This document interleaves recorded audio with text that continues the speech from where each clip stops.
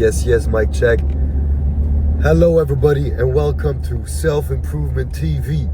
Today we have with us our special guest, Polykarpos, who calls himself the god of self-improvement, is known for his bounce back ability. And to begin with, I want to say thank you for being here. It's an honor and it's a pleasure to have you, Polykarpos. How are you? So thank you so much for having me. It's actually an honor to be here, Self-Improvement TV. A pleasure to be here and ready to tackle this interview. Thank you so much. So Polykarpos, today we have a lot of things, a lot of ground that we want to cover, and only very little time, to be honest. Some of the key topics that we want to go into is, what is self-improvement to you? What is your self-improvement journey? And then shed light on the recent developments of your self-improvement journey. Things like one meal every other day, things of that nature. And also, we want to go into a big topic, which is some key milestones that lie ahead in this month for you, such as your HYROX event. And also, I hear you have something special planned for January 31st. So, to begin with, Polykarpos, maybe you want to share a little bit about yourself, who you are, and go just briefly into what is self-improvement to you, and speak a little bit about your self-improvement journey so far. Oh, those are excellent questions, and again, very happy to be here to begin with. I'm actually kind of excited, so please excuse me if I get a little jittery here and there. I'm gonna be honest with you, self-improvement has always been a big thing in my life, if not the definition of my life. Ever since I was a little kid, all I did was reflect on things that I do, and it goes, I would say, a little bit, it ties in with my actual name. My name is Polykarpos, so people call me Poly, aka the Multiplier. I multiply things, and I'm known for my strength. I want to be fruitful and productive. These are the things that are ingrained in my name. And I think this has played a key role in the development of my character, you know, be it subconsciously or consciously. So off the bat, self-improvement, even when I didn't know that it was called self-improvement or any of that, I think I was the embodiment of self-improvement, just by the mere fact of constant self-reflection, constantly giving myself feedback and describing what I am doing to myself, analyzing that and deriving measures as to how to improve on my current course of action. Wow, that sounds absolutely fantastic, Poly, there. So when you say analyze and describe the things that you were doing, how can one imagine this? Is this actually you sitting there writing things out, or how would this play out? That's actually a fantastic question there, because I'm gonna be very open about my personality here. This reflection that I was describing is actually to the point where you can see me in my room and actually speaking to myself, talking about things, you know, sort of in a way where I'm different people, different personalities, attacking reality from different angles, verbalizing it out loud and bringing it into the light, as I like to call it, and then viewing it, because if it's in the shadows, it's very difficult to view it clearly. And then once it's all out there on the line, you can actually start to think about this and reflect on it. So I guess the answer to your question is to the point where if someone was to walk by my room at any given day or night, they might think one of two things: either that there's multiple people in that room, or that there's some schizophrenic ass in that room there. Oh man, thank you for this honesty and transparency. I think speaking out loud, the concept of speaking out loud even to oneself, is something that a lot of people might find weird, but is absolutely key and crucial when it comes to self-improvement. So speaking of self-improvement, maybe you want to lay out like sort of a map of the last couple of years in your self-improvement journey. Oh yeah, I'll be happy to do so, because I would basically say I had like 2 phases, if you want to put it like that, of my self-improvement. The first phase was where I was heavily relying on what I just described, you know, giving myself feedback by speaking about things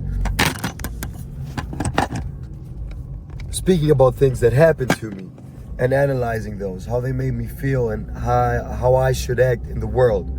Okay, I guess you could say those were like the first 20 years of my life or so. Then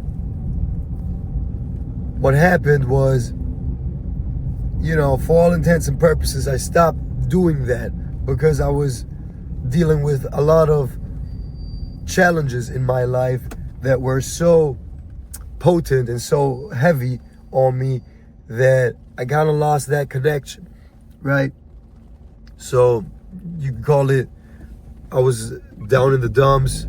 You can call it, excuse me by the way for the camera problems, however you want to call it, man, I was in a hole. Okay, I need to get myself out of this hole.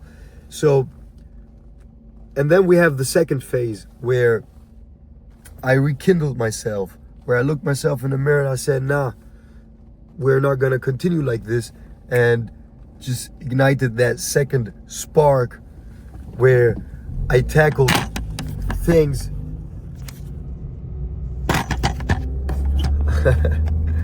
excuse me there again. I tackled all the things that bothered me about myself, and here I am now. I have tried, let's just put it in practical terms, I've done things like 10K steps a day. So I'm currently on my, I think, 550 day streak.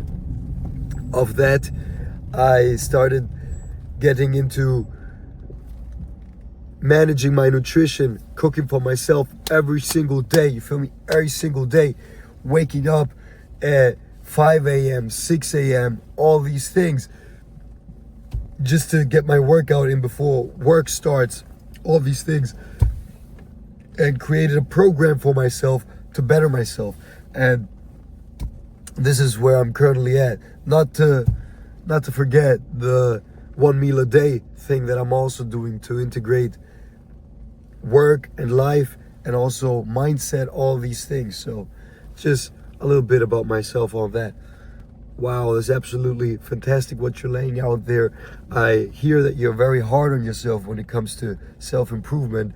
There's also this famous story where you tried to get yourself to wake up at 8 a.m., you know, 8 a.m., which is really, nowadays, if you're far into self-improvement, 8 a.m. shouldn't really be a challenge, but of course, we all start somewhere, and you couldn't even wake up at 8 a.m., and you asked yourself why that was, and you told yourself that it was because the bed, because the bed was too comfortable, and then you basically forced yourself to sleep on the couch.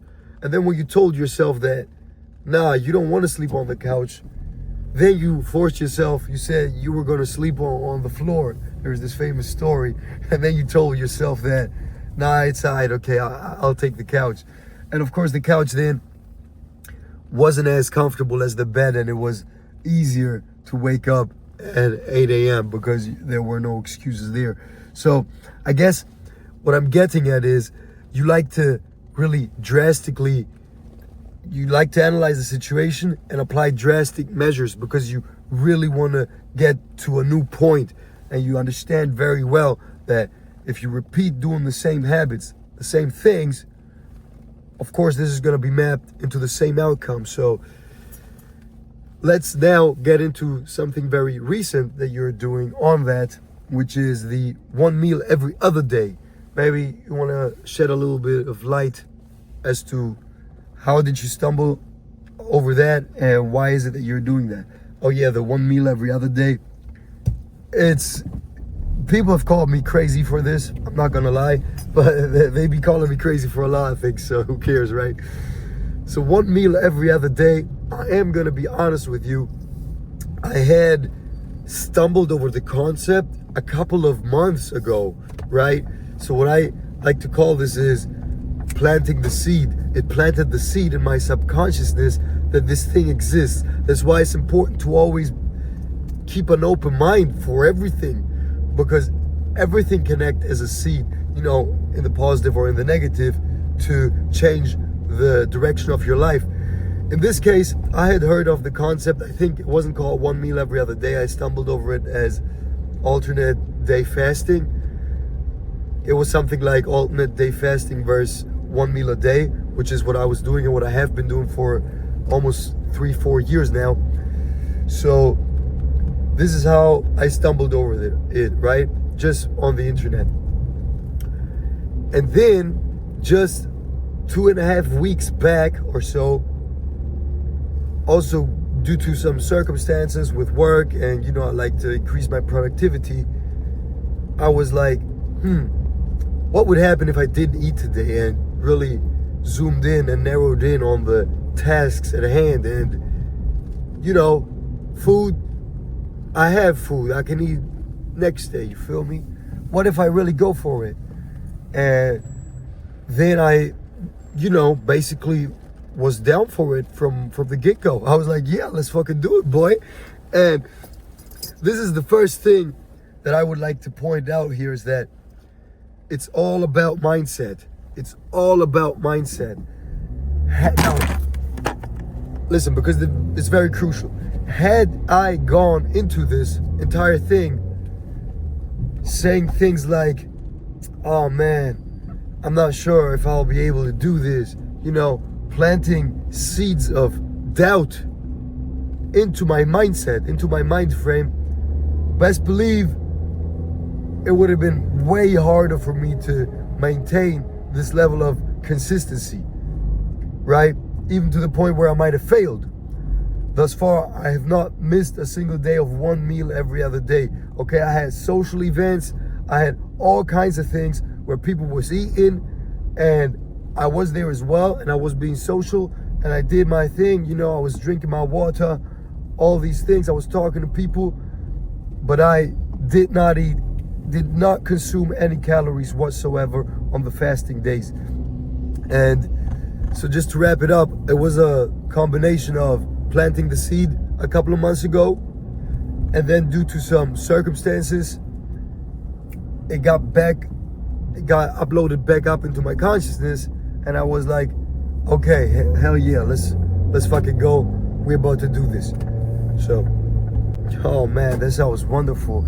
That sounds really, really wonderful, and it shows how you really want to surround yourself in a bubble of concepts that are conducive to your goals. Of course, you have the goals of self-improvement. That's why you probably stumbled across this concept of 1 meal every other day on the internet. So what I like to say always here is, you know, success loves preparation, and if you're prepared, and if you prepare your environments to be aligned with your overall mission, good things are bound to happen. Now, Poly, with the 1 meal every other day that you're doing, and already thank you so much for those insights, especially with the mind frame. What else? Is there anything else that you would like to share with us? How were the benefits of this 1 meal every other day endeavor that you got going on? Oh, absolutely. 1 meal every other day, all kinds of positive benefits. I'm not gonna lie. So, where to begin? Okay, where to begin? We already went into the mindset, but I am gonna underline this from a different angle, where I'm gonna say that, look, if you can teach yourself who's the boss, okay? If you can teach yourself that, no, I'm not gonna give in to, I'm not gonna be a plaything of the gods, okay? If you can teach yourself that you can follow one direction no matter what, you know, feelings might come up, that already you're priming yourself for all kinds of positive things to unfold in your life, okay? Remember that. That's number one. let's just go a little bit into biology. And I'm not gonna bullshit you guys by saying that I'm an expert on any of these things. I am gonna say, however, that it is known that fasting has positive health benefits to the extent where autophagy can kick in, cellular repair, things of that nature. And to me, as a non-expert, it just seems plausible that if I don't give my body preoccupation of metabolism, it can focus on other productive things within my system. And couple this with the fact that I always believed that the way that we are eating in this day and age is absolutely unnatural, like 3-4 times a day and snacks in between. Couple it with this fact, for me it was a no-brainer it is a no-brainer that there is health benefits inevitably. So we got health benefits. In a sense, number 3, we got weight benefits, weight control. You are burning a lot of fat. If I look in the mirror, especially on fasting days, I look more shredded. That was not the primary reason why I'm doing this, because I'm already really lean, but also it helps you get even more leaner because you're not eating the same amount of calories every day. Now you're zigzagging your calories. You're eating like 4,000 calories on one day, you're eating 0 on the next. Now averaging those out, you're probably eating at around the same, or I'm eating at around the same calories as I was eating previously. But now I'm zigzagging this entire system, and it's a different trigger for your whole entire metabolism, man. Keep your metabolism guessing. So we got weight loss. And I am going to say number 4, productivity. Productivity, my brother. The days where I'm fasting, bro, off the bat, you just have more time. You don't have to think about eating. That's a whole stream of activities that you just don't have to do, okay? You have to cook, you have to clean up, you have to think about eating. Matter of fact, on eating days, I'm always like, oh man, I'm looking forward to tomorrow where I'm not eating, because I'm like, oh, okay, great. I can focus on any tasks that I got going on. So I guess it's a little bit of a seesaw, and this is gonna bring me to my 5th point, which is gratitude. I just said that on eating days, I'm looking forward to the fasting days where I'm more productivity through the roof. But then on fasting days, I am looking forward to the breakfast days. You feel me? And the 5th point here is gratitude, bro. Do you have any idea how much I'm looking forward to that food? I catch myself saying things like, "Yay, there's gonna be food," and I just find this so adorable and necessary to have this kind of view with food, to be overly excited, to get overly excited about food. When food is a gift, you need to pray every single time before you eat food, because where's this food coming from? What stream of activities had to go into that process for me to be able to sit here and eat this food? Absolutely astonishing. So I'm gonna say number 5 is gratitude. And with that, for anybody out there listening in on this, one meal every other day, I just laid it out. It is absolutely rewarding. 11 out of 10 would recommend to a friend. There you go. Oh man, Poly, I can definitely feel the enthusiasm when you speak, and man, I'm gonna say, man, you got me real interested in it. I am gonna look into this. I can assure you of that. And what's more, I am gonna tackle this, as a matter of fact, because as you know, we're not only about talking about things that we might do in the future, we're all about action. And action is gonna be our final topic here, because as we can all see, you're in the car right now, right? And the reason you're in the car right now is because you're driving to Frankfurt for a HYROX event. Now, Poly, you are really one of a kind. You are on one meal every other day, and you're gonna do this HYROX event there, which is extremely strenuous calisthenics mixed in with, you know, running all these things. We're talking 180 BPM for, I don't know, 90 minutes straight. And it's your first HYROX event. I understand you don't even know what calisthenics movements there's gonna be in there. Like it's a black box for you. I think maybe you could speak on that. Like, why are you even doing this, and how are you feeling about this? How are you planning to tackle this? Excellent question. I am driving to Frankfurt right now, and you know, I'm almost there. So, but I really want to address this question because it's a relevant question. My homies, like already a couple of months back, said that there's HYROX, and they were like, okay, let's do it. They already did it like 2-3 times. I'm like, I'm down, man. I love calisthenics. I mean, you know my channel, you know everything. And I know that this exists, and I know that you're running and mixing in calisthenic movements in between. And, you know, that's all I'm about. So I said, yeah, let's do it. And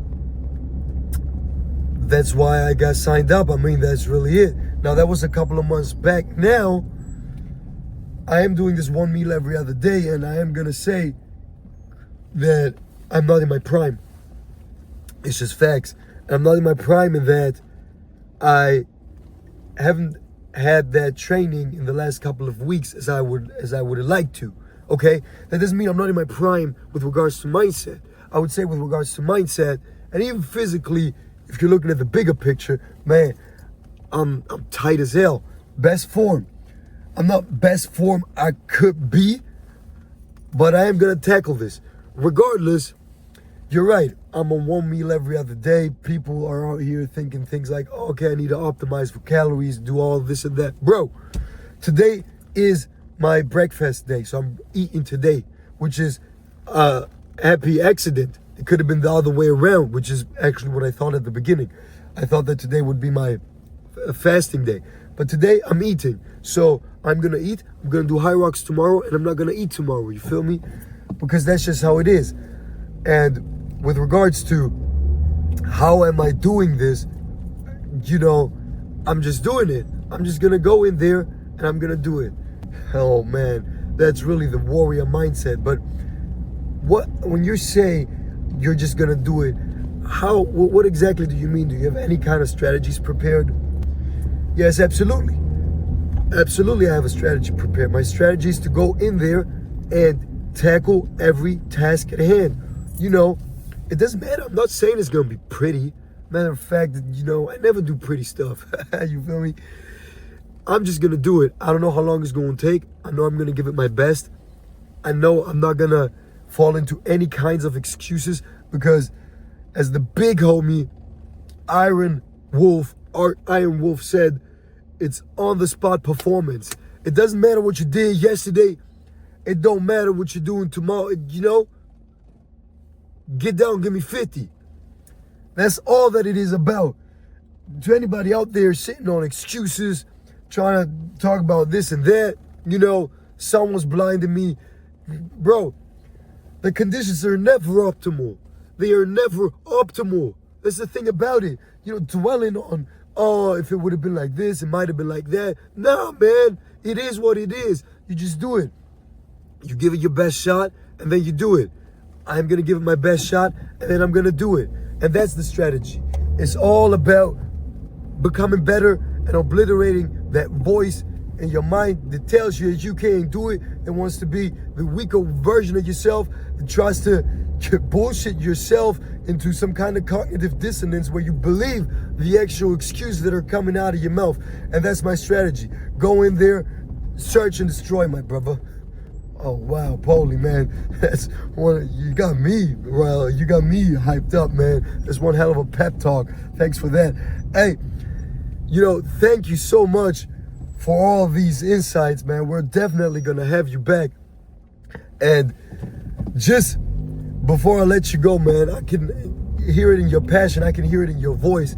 You know, I think you have had a rough couple of days in the last couple of days, man.